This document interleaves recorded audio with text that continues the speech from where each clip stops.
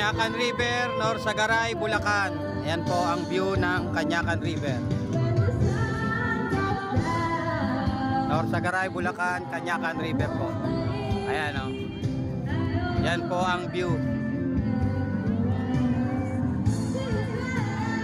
Mas maaga po, mas maganda kasi sa bandang hapon po tumataas po ang tubig dito sa Canyacan River, Norsagaray, Bulacan.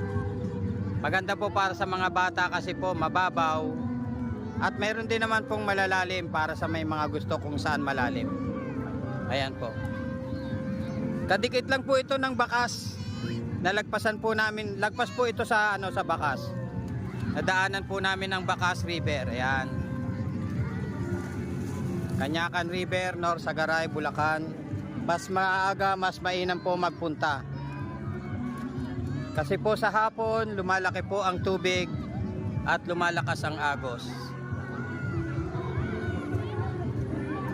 Kaya po sa mga magbabalak pumunta ng Canyacan River, sa mga kaibigan ko, tsaka pakipollow po ang ating YouTube channel, Melchor Tigno.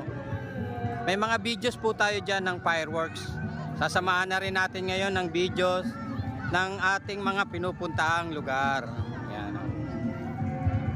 Sa mga nagtatanong pala ng Red Spider, meron pong stock niyan. Mag-post na po kayo. Meron po tayong available. Yan po ang view. Mas maaga po, mas maganda kasi sa bandang hapon po tumataas po ang tubig dito sa Canyacan River, Norsagaray, Bulacan. Maganda po para sa mga bata kasi po mababaw at mayroon din naman pong malalalim para sa may mga gusto kung saan malalim. Ayan po.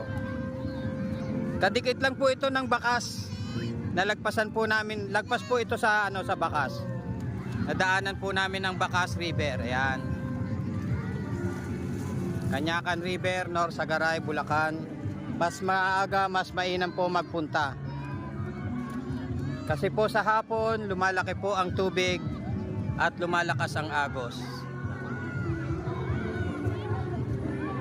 Kaya po sa mga magbabalak pumunta ng Canyacan River, sa mga kaibigan ko, tsaka pakipollow po ang ating YouTube channel, Melchor Tigno.